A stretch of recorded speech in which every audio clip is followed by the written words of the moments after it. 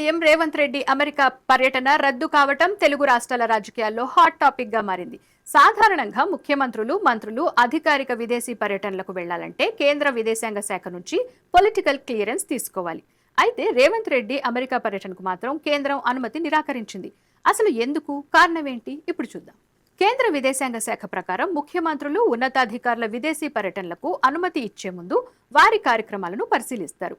రేవంత్ రెడ్డి అమెరికాలో ప్రతిపాదించిన కొన్ని కార్యక్రమాలు ఆయన ఉన్నత పదవికి, పర్యటన ఉద్దేశానికి తగినవిగా లేవని కేంద్రం భావించింది. నిబంధనలకు అనుగుణంగా లేని కార్యక్రమాలు ఉన్నందుకే అమెరికా పర్యటనకు పొలిటికల్ క్లియరెన్స్ ఇవ్వలేదని విదేశాంగ శాఖ ప్రతినిధి రణధీర్ జైస్వాల్ తెలిపారు. అయితే లండన్ పర్యటనకు మాత్రం ముందుగానే అనుమతి ఇచ్చామని కేంద్రం స్పష్టం చేసింది. ఇక ఈ వివాదానికి ప్రధాన కారణంగా న్యూయార్క్ లో జరగాల్సిన మీట్ అండ్ గ్రీట్ కార్యక్రమం తెరపైకొచ్చింది. ఆగస్టు 26న ఇండియన్ ఓవర్సీస్ కాంగ్రెస్ నిర్వహించే ఈ కార్యక్రమంలో రేవంత్ రెడ్డి పాల్గొనాల్సి ఉంది. అధికారిక పర్యటనలో భాగంగా ముఖ్యమంత్రి విదేశాల్లో రాజకీయ కార్యక్రమంలో పాల్గొనడం ప్రోటోకాల్ నిబంధనలకు విరుద్ధమని కేంద్రం భావించినట్లు తెలుస్తోంది. అయితే కాంగ్రెస్ నేతలు మాత్రం కేంద్రం నిర్ణయాన్ని తప్పుపడుతున్నారు.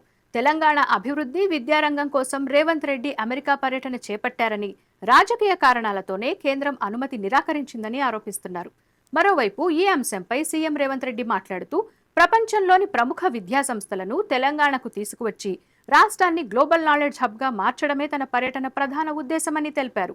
కేంద్ర నిర్ణయాన్ని గౌరవిస్తూ అమెరికా పర్యటనను రద్దు చేసుకుని ఆగస్టు 23న లండన్ నుంచి నేరుగా హైదరాబాద్కు తిరిగి వస్తున్నట్లు ప్రకటించారు. అయితే తన పర్యటన రద్దయినా రాష్ట్ర అధికారుల బృందాన్ని అమెరికాకు పంపించి అక్కడ జరగాల్సిన అధికారిక ఎంఓయూలను పూర్తి చేయాలని ఆదేశించారు. మరోవైపు ఈ పర్యటన రద్దు వెనుక రాష్ట్ర కాంగ్రెస్లోని అంతర్గత రాజకీయాలు కూడా ఉన్నాయనే ప్రచారం జరుగుతోంది. అయితే పర్యటనలోని కొన్ని కార్యక్రమాలు నిబంధనలకు అనుగుణంగా లేకపోవడమేనని కేంద్రం చెబుతోంది. మొత్తంగా రేవంత్ రెడ్డి అమెరికా పర్యటన రద్దు వ్యవహారం కేంద్ర రాష్ట్ర ప్రభుత్వాల మధ్య మరో రాజకీయ వివాదానికి తెరతీసింది.